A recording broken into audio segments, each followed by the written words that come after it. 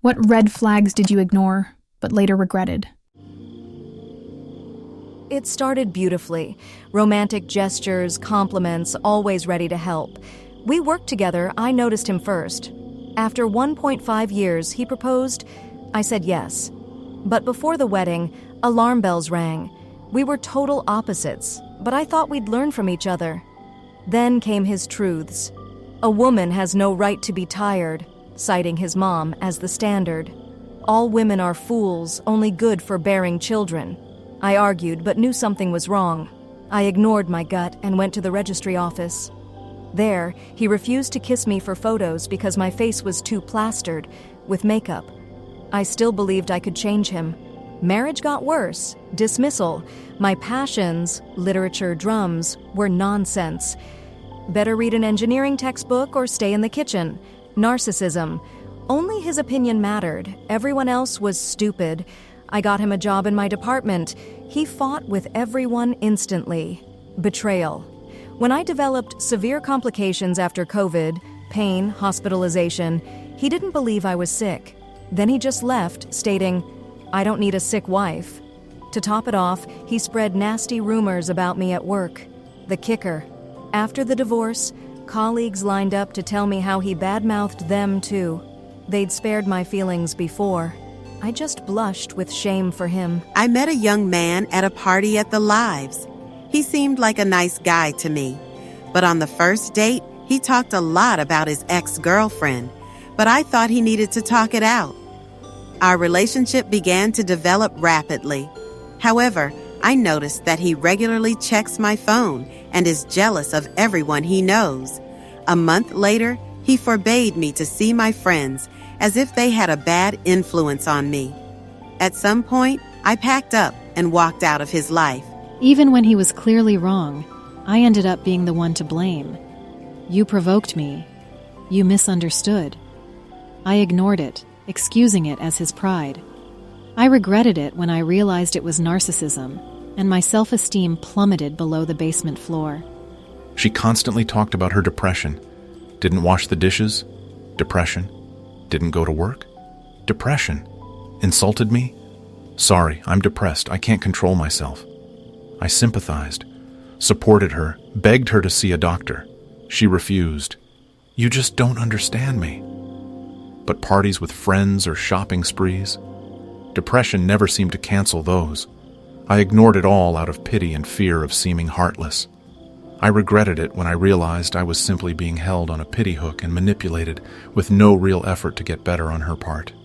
He told stories from his hooligan youth, fights, problems with the law, minor, as he said, risky adventures.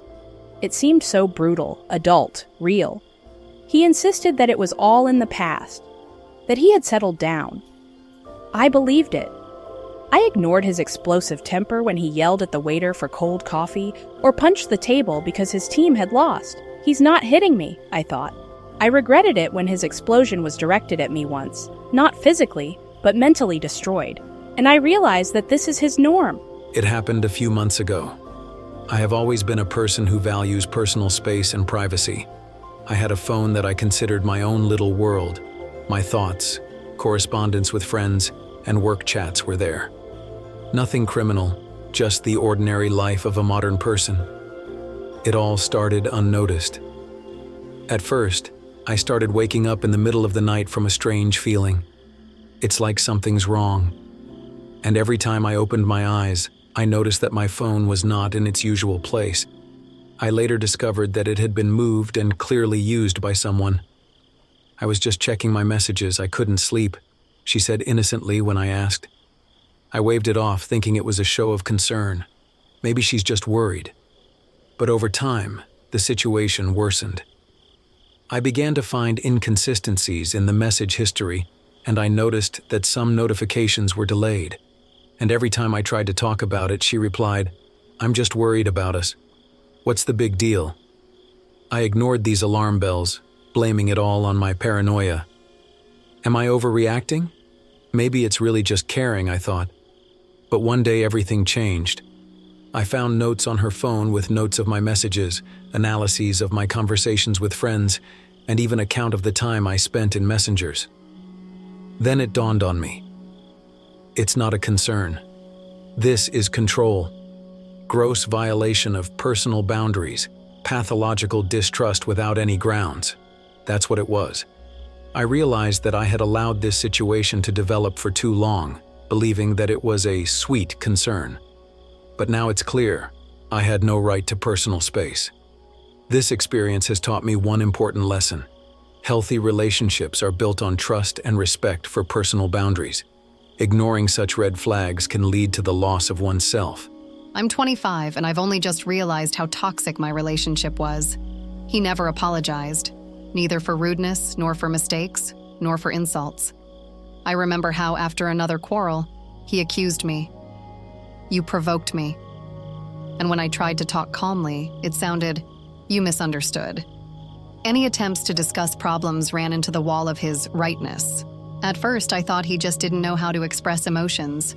But over time, I realized this is not pride. This is pure narcissism. Each of our quarrels ended with me being the one to blame. His manipulations and denial of his own guilt were slowly but surely destroying my self-esteem. Now I see how low my self-confidence has dropped during this relationship. Our relationship started like a fairy tale. We met 6 months ago, and everything seemed perfect. Common interests, similar views on life, gentle words, and promises of a bright future. Gradually, we began to live together, and that's when the first alarm bells began. At first, it was a minor quibble. Your cat meows too loudly. She keeps climbing on my lap. She smells bad. I brushed it off, blaming it on the fact that he just wasn't an animal lover. But then more serious things started happening. I remember once he kicked a cat, not hard, just to teach it a lesson. I was shocked, but he just waved me off. Come on, she's not hurt. And then came the ultimatums. Either me or that cat of yours. Choose one. I've made my choice. I chose a cat. On the first date, she casually mentioned that her ex was following her. Then, a couple of weeks later, another ex threatened her. Another one was beaten up. History repeated itself with each new name in her past. All 5 of them. I listened, nodded, felt angry for her, felt like a knight who would save her from the world of monsters. I didn't ask a simple question. What did you do in this relationship? Was your role the perfect victim? I wanted to be a good guy, a savior. I regretted it when, after our breakup, I suddenly became a manipulator who used her in her stories to a new boyfriend. He's my friend, by the way.